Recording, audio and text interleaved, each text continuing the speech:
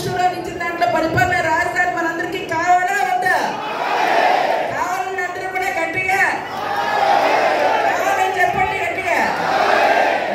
ఈవేళ పరిపాలన రాజధాని కావాలి, విశాఖపట్నం మహానగరంగా మారాలి, మన పిల్లల భవిష్యత్తు బాగుండాలి, మన తలరాత్రులు మారాలి అంటే ముఖ్యమంత్రిగా జగన్ రావాలి, కావాలి అని మనందరం కూడా గుర్తుంచుకోవాల్సిన అవసరం. ఎక్కడికి వెళ్ళినా ఏం చేసినా ఈరోజు ప్రతి కుటుంబంలో కూడా పేదింటి పిల్లలు చదువుకోవాలి అంటే ఎంతమందో ఒకప్పుడు బాల కార్మికులుగా ఈ హోటల్స్ దగ్గర వీటి దగ్గర వాటి దగ్గర మనం చూసాం.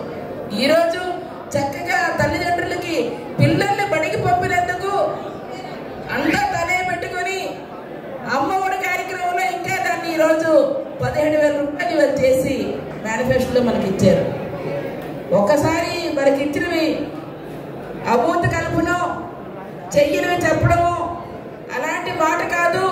ఏదైతే నేను ప్రజల కష్టాన్ని చూసానో, ఏదైతే నేను ప్రజలకు చేయగలనో, వాస్తవాలకి దగ్గరగా నా ప్రజలకి ఏం కావాలో దాన్ని నేను ఈరోజు తీసుకుని నేను చేస్తానని ఏ మాట చెప్పారో ఆ మాటకే ఈరోజు కట్టుబడి ఇవ్వడం అనేది ఒక్కసారి ఈవేళ మన తాలూకా పార్టీ తాలూకా ఏదైతే మేనిఫెస్టో విడుదల చేశారో ఒకసారి చూడండి. అందులోని గతంలో ఇచ్చినట్టుగా ఏదైతే మహిళలకు ఉన్నారో మహిళలందరికీ ప్రత్యేకించి ఆ విధంగానే మరి 0 వడ్డీని ఇస్తూ 3 లక్షల రూపాయల వరకు ఉన్న వారు కూడా 0 వడ్డీని వర్తింపజేసే దిశగా ఈరోజు పెంచడం జరిగింది.